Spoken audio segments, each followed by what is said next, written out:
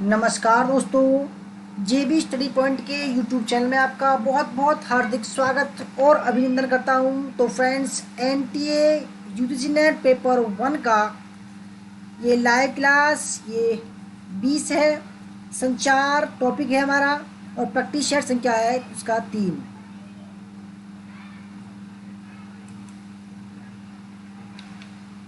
तो फ्रेंड्स, हमारा देखो ऑफिशियल ऐप्स ये है जेबी स्टडी पॉइंट।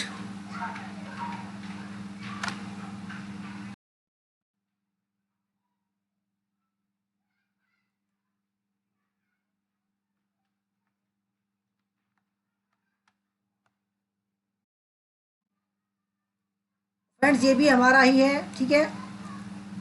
ये क्लास प्लस ऐप के तरफ से बना है और तो ये जो है हमारा हमने बनवाया है। किसी को भी आप डाउनलोड कर सकते हैं।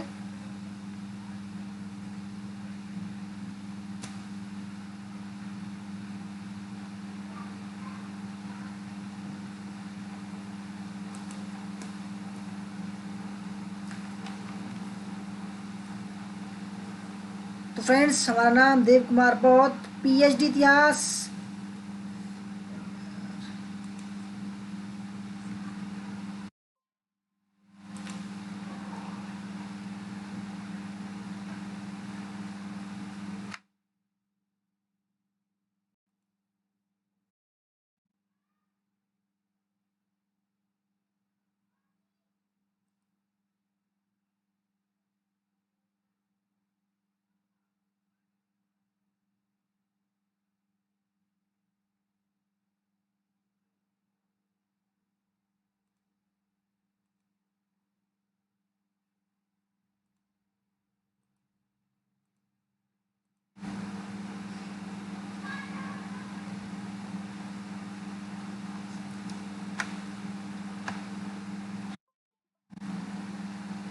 तो फ्रेंड्स, हमारा नाम देव कुमार बौद्ध। ए यार,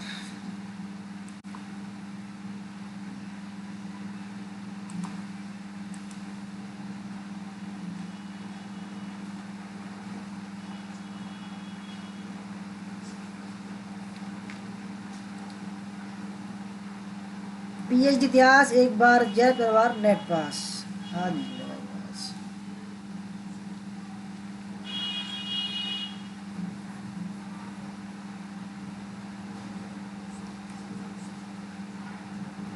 लाइक।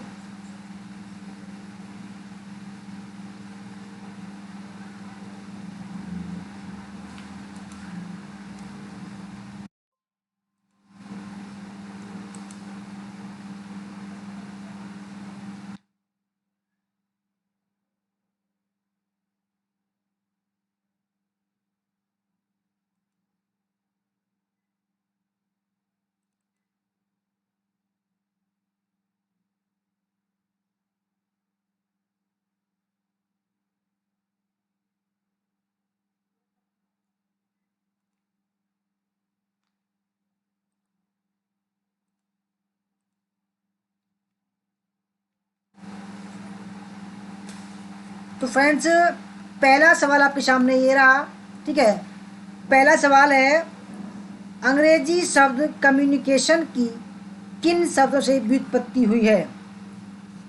तो फ्रेंड्स, आपके सामने 4 ऑप्शन है: कम्युनिस्ट और कम्युनिकेयर, कम्युनिस्ट और कम्यून, कम्युनिज्म और कम्युनलिज्म और कम्युनियम और कॉमन सेंस। तो फ्रेंड्स, कम्युनिकेशन या संचार, ठीक है, कि किन शब्दों से व्युत्पत्ति हुई है।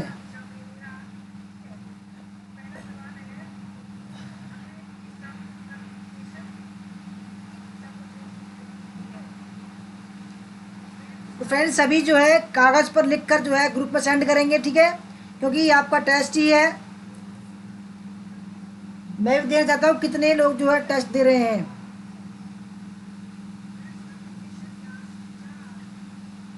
अंग्रेजी शब्द कम्युनिकेशन की किन शब्दों से व्युत्पत्ति हुई? तो सही आंसर है कम्युनिस्ट और कम्युनिकेयर की, केयर से। ऑप्शन नंबर ए इसका राइट आंसर है, ठीक है। अंग्रेजी शब्द कम्युनिकेशन लैटिन शब्द कम्युनिस और कम्युनिकेयर से हुई है, जिसका शाब्दिक अर्थ होता है एक समान। संचार वह साधन है जिसमें संगठित क्रिया द्वारा तथ्यों, सूचनाओं, विचारों, विकल्पों एवं व्यावसायिक उपकरणों के मध्य आदान प्रदान होता है। दूसरा सवाल आपके सामने है, चीनी सांस्कृतिक क्रांति नेता माओ जेदांग द्वारा जन समूह से बातचीत की जाने वाले संप्रेषण कम्युनिकेशन के प्रकार को कहते हैं। तो friends, mass line communication, group communication, participatory communication और डायलॉग कम्युनिकेशन। तो यानी कि एक कोई नेता है माओ जेदांग, ठीक है, और वो जन समूह से बातचीत कर रहे हैं, तो उनका जो संप्रेषण होगा वो किस प्रकार का होगा, ठीक है। सवाल ये है।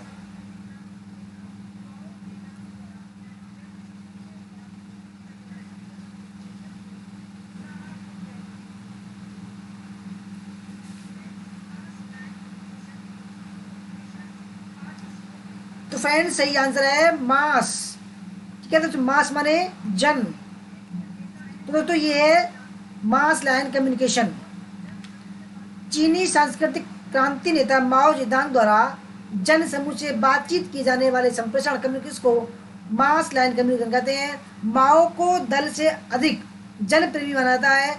माओ के अनुसार जनता से विचार लेकर दल को उन विचारों पर नीतियां बनानी चाहिए तथा नीतियों को लागू कर जनता को सूचित करना चाहिए। यही दल जनसंपर्क है, जिसे जन लाइन या मास लाइन भी कहते हैं। तीसरा सवाल, नए माध्यम जैसे कि कंप्यूटर, टेली शॉपिंग, इंटरनेट और मोबाइल टेलीफोन के माध्यम से संप्रेषण को कहते हैं। मनोरंजन, अन्योन्य क्रिया संप्रेषण, विकासात्मक संप्रेषण या कम्युनिकेटियर।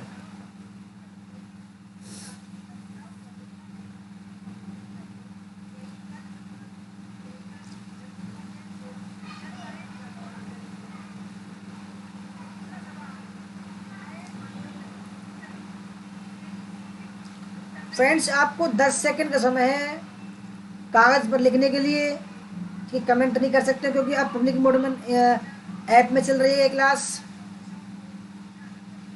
तो फ्रेंड्स, सही आंसर है अन्योन्य क्रिया संप्रेषण।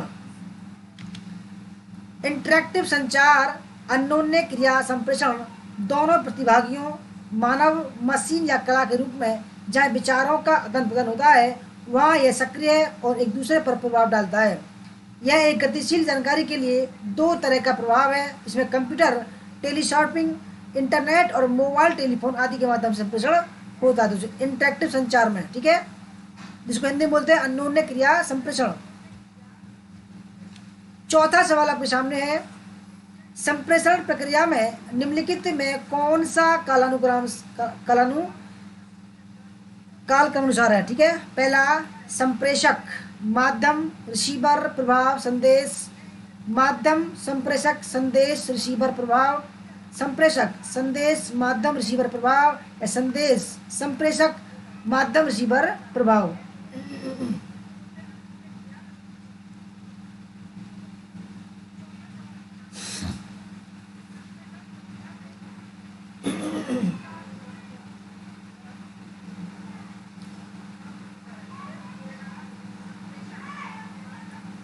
तो ये जो सवाल है कई बार बता चुका हूं मैं, ठीक है।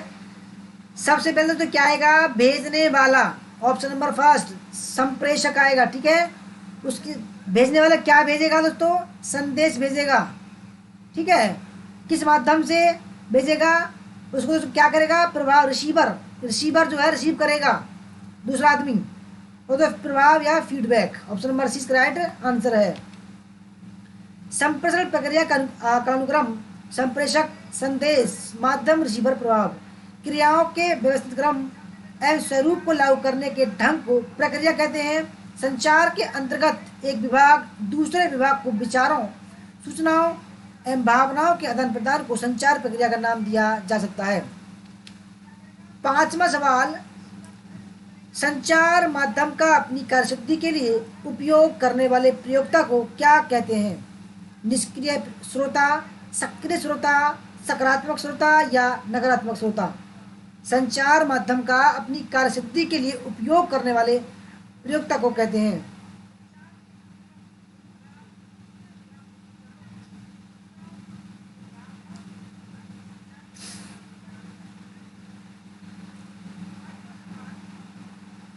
तो फ्रेंड्स उसको कहते हैं सक्रिय, एक्टिव श्रोता। संचार माध्यम का अपनी कार्यसिद्धि के लिए उपयोग करने वाले प्रयोक्ता को सक्रिय श्रोता बोलते हैं। संचार माध्यम अंग्रेजी के मीडिया मीडियम या का बहुवचन से बना है, जिसका अभिप्राय होता है दो बिंदुओं को जोड़ने वाला। संचार माध्यम ही संप्रेषक और श्रोता को परस्पर जोड़ते हैं। हेराल्ड लासवेल के अनुसार संचार माध्यम के मुख्य कार्य सूचना संग्रह एवं प्रसार, सूचना विश्लेषण, सामाजिक मूल्य एवं ज्ञान का संप्रेषण तथा लोगों का मनोरंजन करना है। छठा सवाल, मौखिक संप्रेषण में शब्द निम्नलिखित में से किसका कार्य करते हैं? रिक्त स्थान पूरक, अलंकारिक, संकेतक या निष्क्रिय। मौखिक संप्रेषण में या वर्बल कम्युनिकेशन, दोस्तों मौखिक को बोलते हैं वर्बल, मौखिक या लिखित,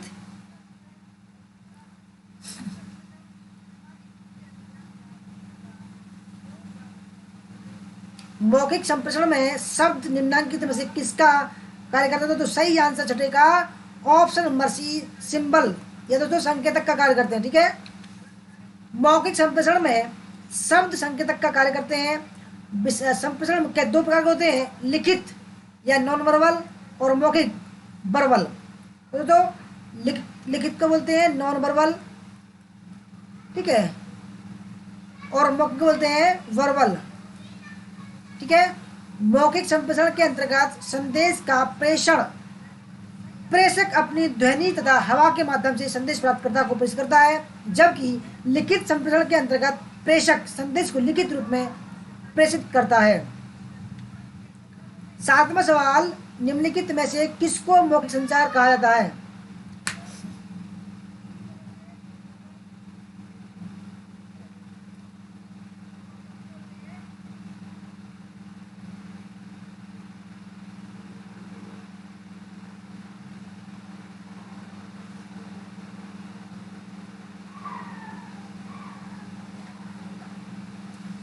तो फ्रेंड्स पहला है प्रोफेसर शर्मा ने कक्षा में लेक्चर दिया। दूसरा, चौराहे पर बत्ती हरे से नारंगी रंग की हो गई। तीसरा, शिशु अपनी माता का ध्यान अपनी ओर आकर्षित करने के लिए चिल्ला रहा था। और चौथा, दीपक ने अवकाश प्राप्ति हेतु एक पत्र लिखा।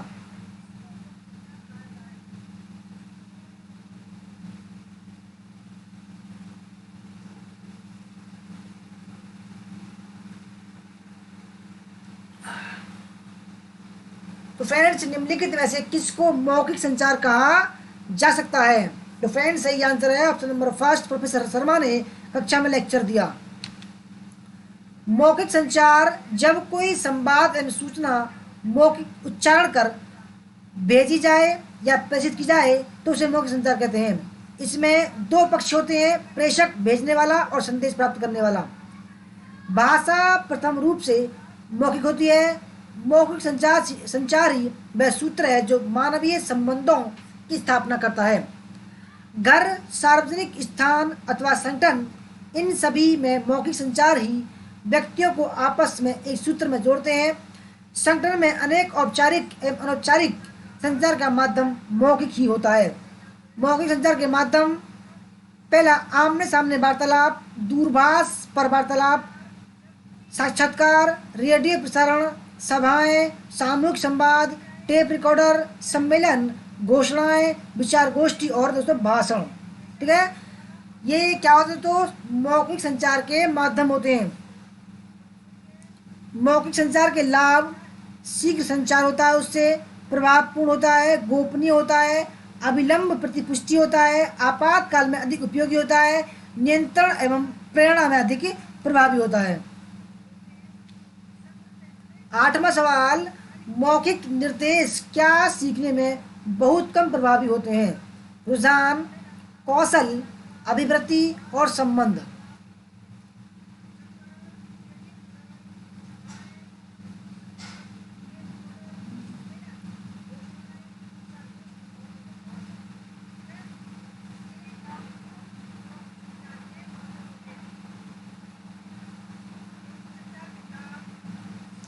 तो फ्रेंड्स मौखिक निर्देश क्या सीखने में बहुत कम प्रभावी होते हैं? तो दो संबंध, ऑप्शन नंबर डी इसका राइट आंसर, संबंध, रिलेशन। मौखिक संचार या ओरल कम्युनिकेशन, जब कोई संवाद एवं सूचना मौखिक उच्चारण कर प्रेषित की जाए तो इसे मौखिक संचार कहते हैं। इसमें दो पक्ष होते हैं, प्रेषक एवं संदेश प्राप्तकर्ता। भाषा प्रथम रूप में भाषा प्रथम रूप से मौखिक होती है। मौखिक संचार ही वह सूत्र है जो मानवीय संबंधों अथवा संगठन, इन सभी में मौखिक संचार ही व्यक्तियों को आपस में एक सूत्र में जोड़ते हैं। संगठन में ही अनेक औपचारिक एवं अनौपचारिक संचार का माध्यम मौखिक ही होती है। नौवां सवाल, अर्कुट एक भाग है। दोस्तों अर्कुट क्या है? अंतरंग व्यक्तिगत संचारण, जन संचार, सामूहिक संचार या अंतर्व्यक्तिक संचार।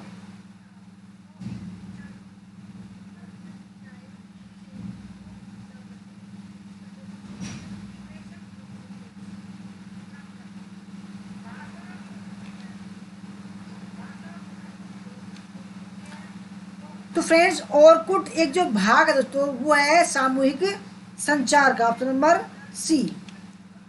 ऑर्कुट ऑर्कुट इंटरनेट पर एक प्रसिद्ध सामाजिक तंत्र व्यवस्था समूह, सामाजिक तो सोशल नेटवर्क है था, जो कि गूगल समूह द्वारा संचालित किया जा रहा था। इसका नाम गूगल समूह के एक कर्मचारी ऑर्कुट ब्यूकोटेन के नाम पर पड़ा। इसकी सेवा में कहा गया था कि यह उपयोगकर्ता को नए दोस्त बनाने और वर्तमान संबंधों को बनाए रखने में मदद करने के लिए अन्वेषित किया गया है। पहले इसमें खाता खोलने के लिए किसी पूर्व सदस्य के नियंत्रण की आवश्यकता होती थी, पर अक्टूबर 2006 के बाद से बिना निमंत्रण के खाता खोलने की सुविधा दे दी गई। ऑर्कुट का प्रयोग सबसे ज़्यादा ब्राज़ील में होता था, जिसके बाद भारत दूसरे स्थान पर था। ऑर्कुट 30 सितंबर 2014 को बंद कर दो। तो ये व्हाट्सएप की तरह था, ठीक है। 10वां सवाल, इंटरनेट पर संचार बातचीत है। मौखिक संचार, गैर मौखिक संचार, समांतर संचार और ग्रेपवाइन संचार। तो यानी कि हम इंटरनेट के माध्यम से किसी से बात करें तो कौन सा संचार होगा?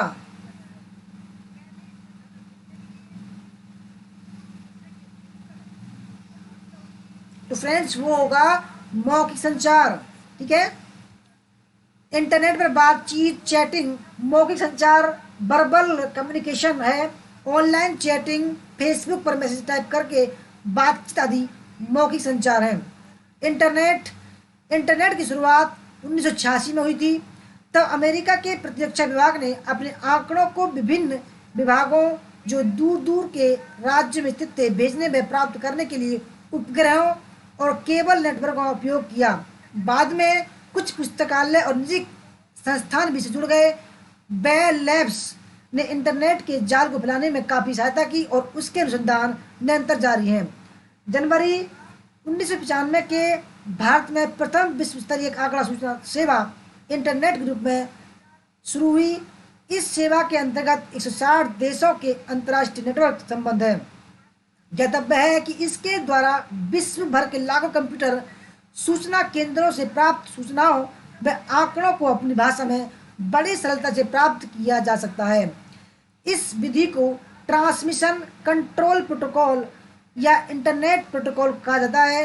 इंटरनेट इंटरनेशनल नेटवर्क का संक्षिप्त नाम है। 11वां सवाल, अमौखिक संचार का कालानुक्रम होता है।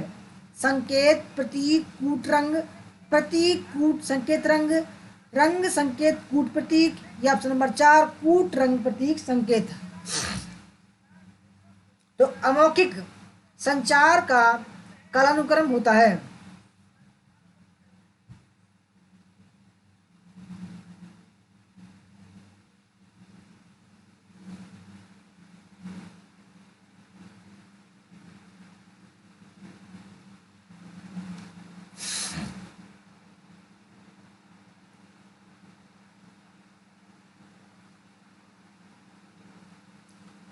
तो फ्रेंड्स 11वें सवाल का सही आंसर है ऑप्शन नंबर फर्स्ट, संकेत, सिंबल, प्रतीक, कूट और रंग। तो ये है अमौखिक संचार का कालानुक्रम। अमौखिक संचार का कालानुक्रम इस प्रकार होता है: संकेत, प्रतीक, कूट, रंग।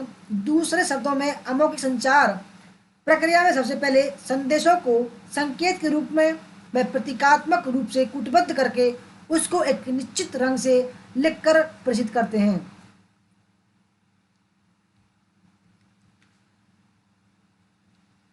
12वां सवाल, संचार में भाषा है अमौखिक कूट, मौखिक कूट, प्रतीकात्मक कूट या चित्रात्मक कूट। संचार में भाषा है।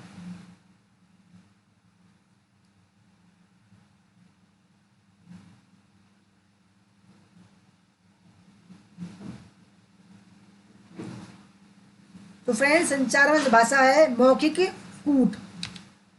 संचार में भाषा मौखिक कूट होता है। संचार बिना भाषा के संभव नहीं हो सकता दोस्तों। संचार बिना भाषा के संभव नहीं हो सकता, चाहे वह शाब्दिक संचार हो या अशाब्दिक संचार हो।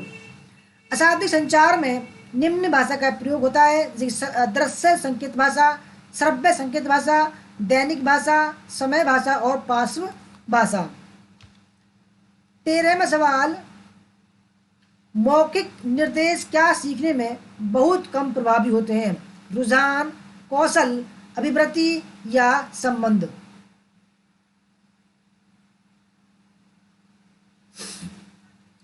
मौखिक निर्देश क्या सीखने में बहुत कम प्रभावी होते हैं? तो फ्रेंड्स, सही आंसर है ऑप्शन नंबर डी, संबंध। मौखिक संचार, जब कोई संवाद एवं सूचना मौखिक उच्चारण कर प्रेषित की जाए तो इसे मौखिक संचार कहते हैं। इसमें दो पक्ष होते हैं, प्रेषक भेजने वाला एवं संदेश प्राप्त करने वाला।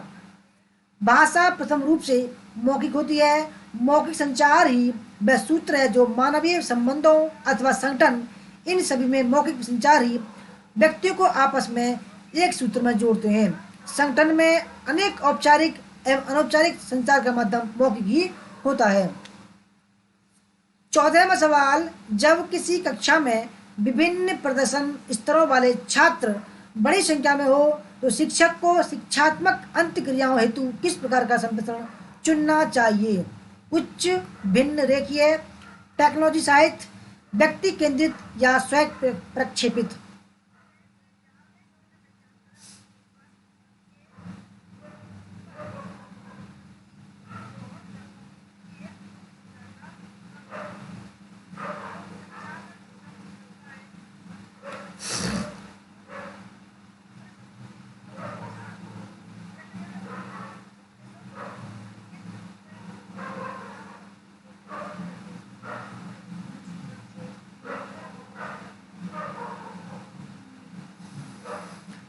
तो फ्रेंड, 14वें सवाल का सही आंसर है ऑप्शन नंबर बी, टेक्नोलॉजी की सहायता लेनी चाहिए। जब किसी कक्षा में विभिन्न प्रदर्शन स्तरों वाले छात्र बड़ी संख्या में हो तो शिक्षक को शिक्षात्मक अंतक्रियाओं हेतु टेक्नोलॉजी सहायक संप्रेषण माध्यम को चुनना चाहिए। इसके विधि के चुनाव से शिक्षक अपनी शिक्षात्मक अंतक्रियाओं का संचरण आसानी व कुशलतापूर्वक कर सकता है। तकनीकी माध्यमों का प्रयोग किए जाने से विषय वस्तु को एक साथ श्रव्य व दृश्य के रूप में व्यक्त किया जा सकता है, जिससे वह छात्रों के अधिगम के अनुकूल हो जाता है। 15वां सवाल, जब कक्षा में शिक्षक और छात्रों के बीच एक सजीव एनिमेटेड चर्चा होती है तो इसे वर्गीकृत किया जा सकता है। क्षैतिजीय संप्रेषण, मैकेनिकल संप्रेषण, रेखीय संप्रेषण या स्पष्ट संप्रेषण।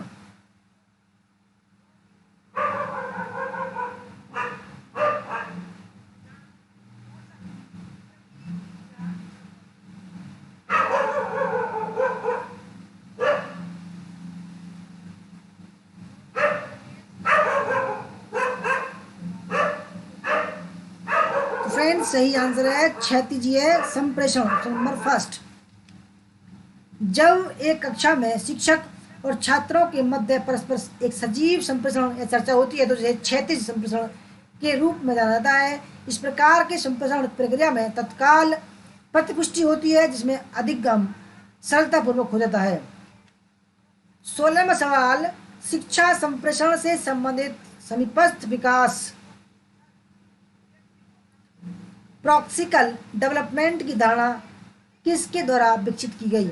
सिगमंड फ्रायड, कुर्ट लेविन, ले ब्योत्स्की और अल्फ्रेड बांडुरा।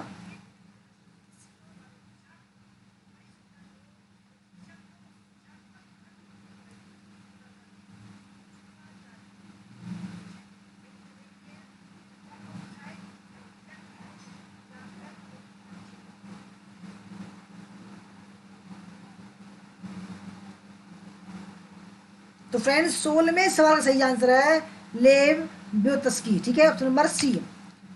कक्षा संप्रेषण से संबंधित समीपस्थ विकास या प्रॉक्सिमल डेवलपमेंट की अवधारणा प्रसिद्ध मनोवैज्ञानिक लेव ब्योत्स्की द्वारा विकसित की गई। बायोत्स्की के अनुसार समीपस्थ विकास के क्षेत्र का तात्पर्य है बच्चे के द्वारा स्वतंत्र रूप से किए जा सकने वाले तथा सहायता के साथ करने वाले कार्य के बीच होने वाले अंतर से है। बायोत्स्की के सिद्धांत को सामाजिक सांस्कृतिक सिद्धांत भी कहा जाता है। उनके अनुसार बालक का विकास समाज के द्वारा होता है। बालक भाषा की सामाजिक अंतक्रिया के द्वारा ही सीखता है। 17वां सवाल, कक्षा में प्रभावी संचार का मौलिक सिद्धांत यह है कि व्यक्ति को निजी खालिस्तान को श्रोता के अनुकूल बनाना चाहिए। कौन सा विकल्प रिक्त स्थान की जगह लेगा? बलाघात, वाह स्वरूप, संदेश या दृढ़ व्यवहार?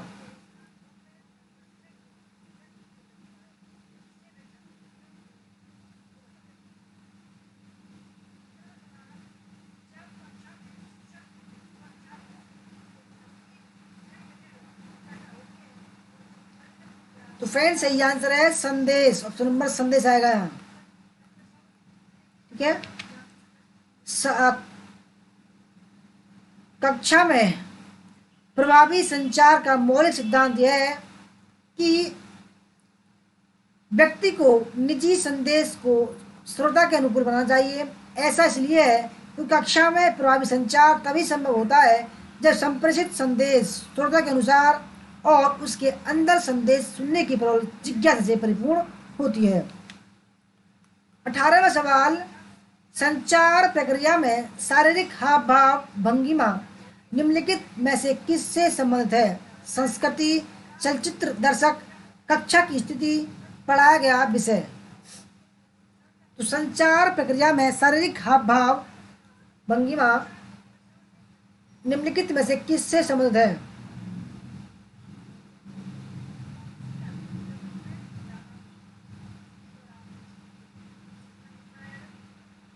तो फ्रेंड्स सही आंसर है ऑप्शन नंबर फर्स्ट, संस्कृति से।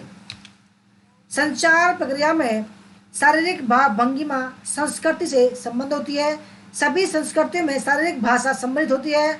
संस्कृति किसी समाज में गहराई तक व्याप्त गुणों का समग्र नाम है जो उस समाज के सोचने, विचार करने तथा कार्य करने की शैली से समझा जाता है।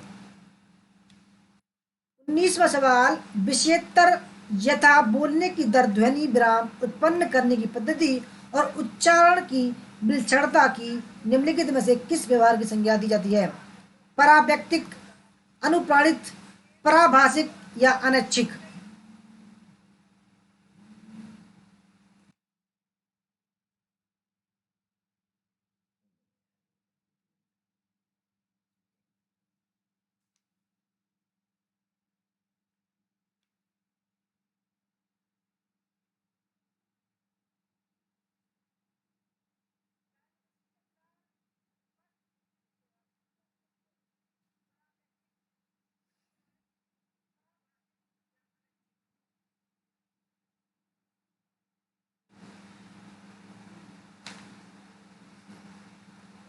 तो फ्रेंड्स 19वें सवाल का सही आंसर है पराभाषिक। विषयेत्तर यथा बोलने की दर, ध्वनि विराम उत्पन्न करने की पद्धति और उच्चारण की विलक्षणता को पराभाषिक व्यवहार की संज्ञा दी जाती है। 20वां सवाल, संप्रेषण से जुड़े छात्रों के चुनौतीपूर्ण व्यवहार हैं। उद्देश्यपरक चुनौतियाँ, महत्वपूर्ण चुनौतियाँ, प्रतिक्रियात्मक चुनौतियाँ, मूल्यांकन चुनौतियाँ और व्यवहारिकता संबंधी चुनौतियाँ, और छठा है शक्ति संबंधी चुनौतियाँ। संप्रेषण से जुड़े छात्रों के चुनौतीपूर्ण व्यवहार है।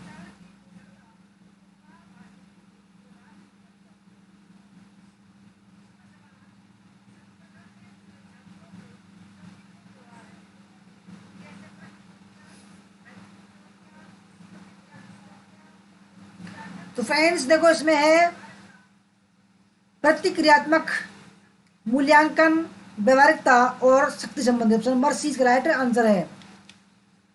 संप्रेषण से जुड़े छात्रों के चुनौतीपूर्ण व्यवहार निम्नलिखित है: प्रतिक्रियात्मक, मूल्यांकन, व्यवहारिकता संबंधी चुनौतियां और शक्ति संबंधी चुनौतियां। 21वां सवाल, एक कक्षा में प्रत्येकारी संप्रेषण का उद्देश्य लोगों को एक विशेष प्रकार तो खालिस्तान स्वीकार कराना होता है। पहला बर्बल या शाब्दिक ध्वनि, बर्बल जजलरी या शाब्दिक कर्तव्य, अवस्था पोजिशन, आत्मविस्मृति।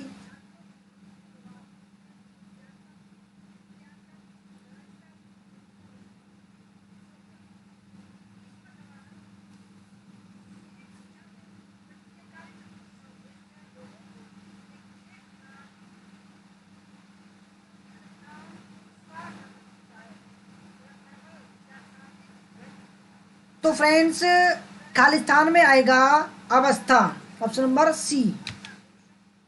एक कक्षा में प्रत्येकारी संप्रेषण का उद्देश्य है लोगों को एक विशेष प्रकार की अवस्था स्वीकार करना होता है। एक ऐसा प्रेरक संप्रेषण जो संचार प्रक्रिया में विस्तृत एवं व्यापक रूप से प्रचलित होता है, प्रत्येकारी संप्रेषण कहलाता है। इस प्रकार के संप्रेषण का प्रयोग प्रत्येक व्यक्ति स्वयं को संप्रेषित करने के लिए करता है। 22वां सवाल उपदेशात्मक संचार है। अंतर्वैयक्तिक, अंतर्वैयक्तिक, संगठनात्मक, कूट या संबंध सूचक। उपदेशात्मक संचार है।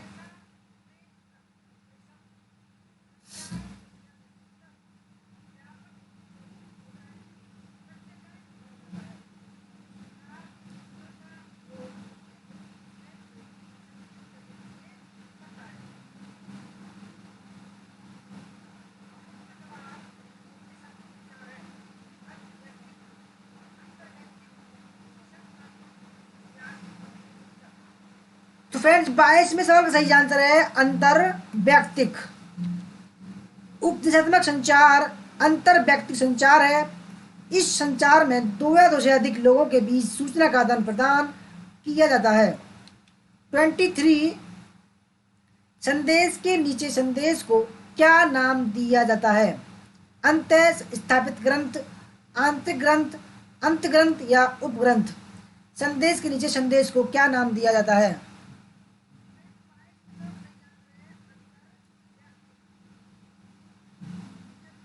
फ्रेंड्स, सही आंसर है उपग्रंथ। संदेश के नीचे संदेश के नीचे या भीतर लिखे गए संदेश को उपसंदेश या उपग्रंथ कहते हैं। इस प्रकार के उपसंदेश में मूल संदेश के पूरक सूचनाओं का ही प्रेषण किया जाता है, जिससे संप्रेषण के पूर्ण उद्देश्य को व्यक्त किया जा सके। 24वां सवाल, आत्म संप्रेषण को कहते हैं संगठनात्मक, अफवाह, अंतर्वैयक्तिक या अंतर्वैयक्तिक संप्रेषण। तो आत्म संप्रेषण को कहते हैं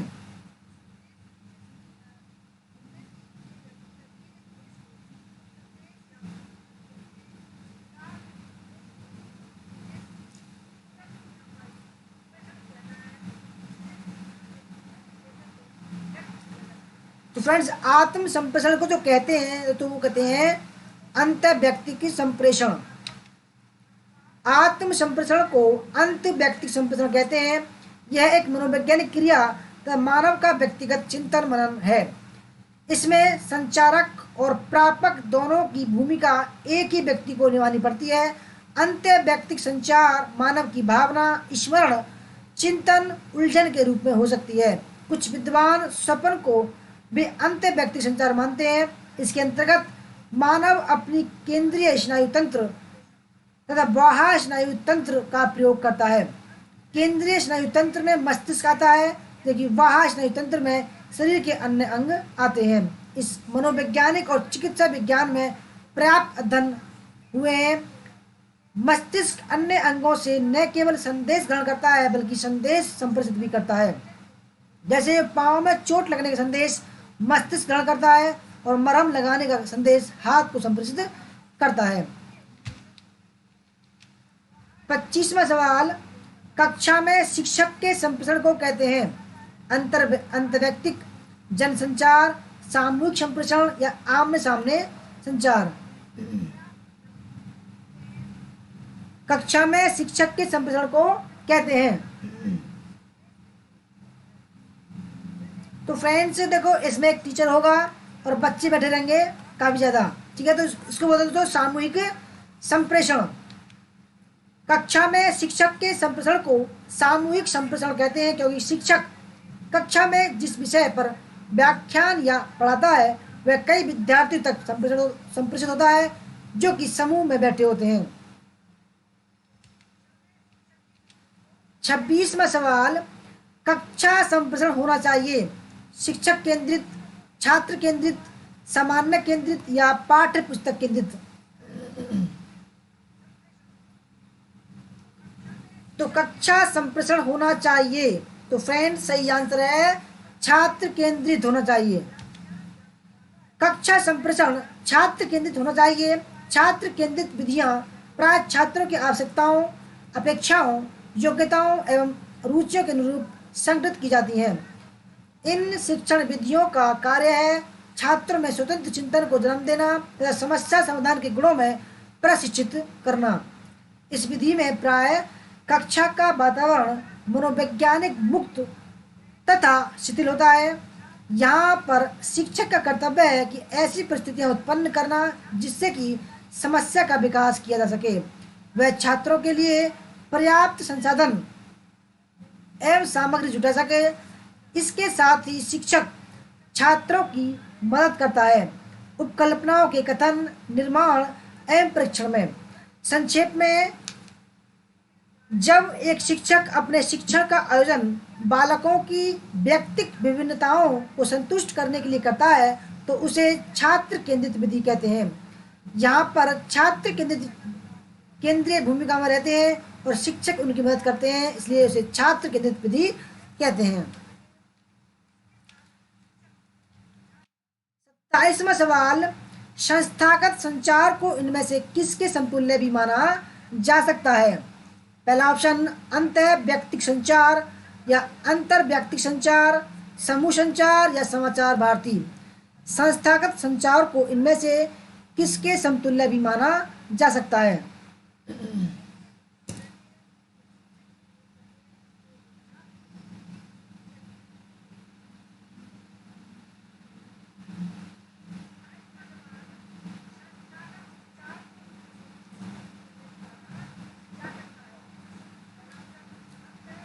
तो फ्रेंड्स 27 का सही आंसर है समूह संचार।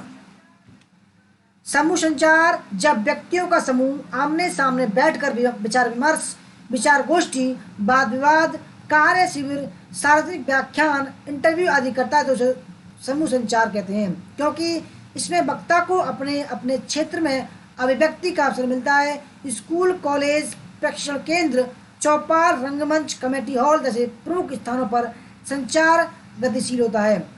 दूसरे शब्दों में समूह संचार उन व्यक्तियों के बीच संभव है जो किसी उद्देश्य के लिए अमुक स्थान पर एकत्र होते हैं।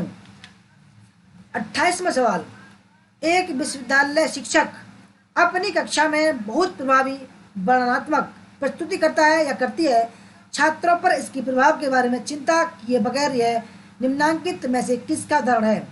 अंत्य क्रियात्मक संप्रेषण प्रतिमान, दूसरा क्रियान्वित परक संप्रेषण प्रतिमान, सत्तात्मक संप्रेषण प्रतिमान या उदग्र संप्रेषण प्रतिमान।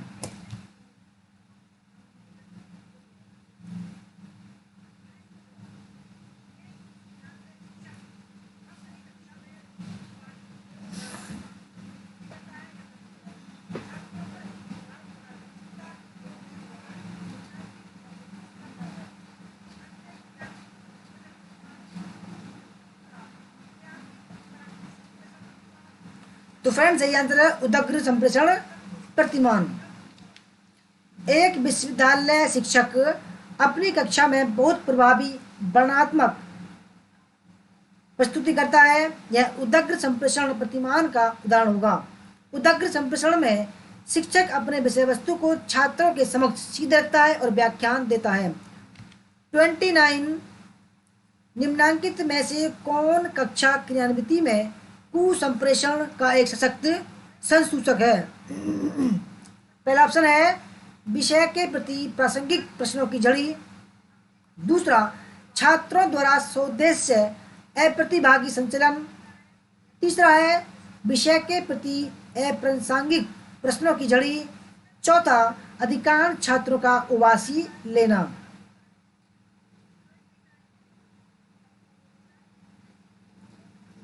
निम्नांकित में से कौन कक्षा क्रियान्विति में कुसंप्रेषण का एक सशक्त संसूचक है?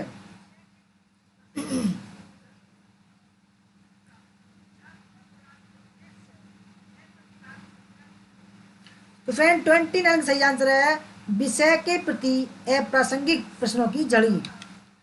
विषय के प्रति अप्रासंगिक प्रश्नों की झड़ी कक्षा क्रियान्विति में कुसंप्रेषण का एक सशक्त संसूचक है। यदि कक्षा में विषय से हटकर अप्रासंगिक वार्तालाप होगी तो निश्चित ही कक्षागत संप्रेषण प्रभावी नहीं होगा और छात्र कक्षा में रुचि नहीं लेंगे। और लास्ट सवाल है 30वां, कक्षा में शिक्षकों की मुखाकृति द्वारा की गई अभिव्यक्ति में होने वाले क्षणिक परिवर्तन कहलाते हैं?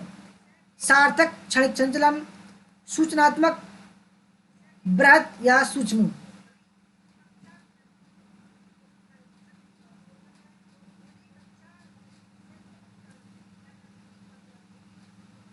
तो फ्रेंड्स सही आंसर है माइक्रो, ऑप्शन नंबर सूक्ष्म। कक्षा में शिक्षकों की मुखाकृति द्वारा अभिव्यक्ति में होने वाले क्षणिक परिवर्तन सूक्ष्म क्षणिक संचलन कहलाता है। क्रोध, भय, दुख, खुशी व आश्चर्य सूक्ष्म क्षणिक संचलन कहलाते हैं। इनकी अभिव्यक्ति अत्यंत तीव्र होती है। तो सही, ये थी हमारे आज की क्लास। और जितने भी देख रहे हैं तो सभी जो है कागज पर लिखकर जो है ग्रुप में सेंड करेंगे, ठीक है, या मेरे पास में सेंड कर सकते हैं। तो धन्यवाद दोस्तों क्लास करने के लिए। जय हिंद, जय वंदे।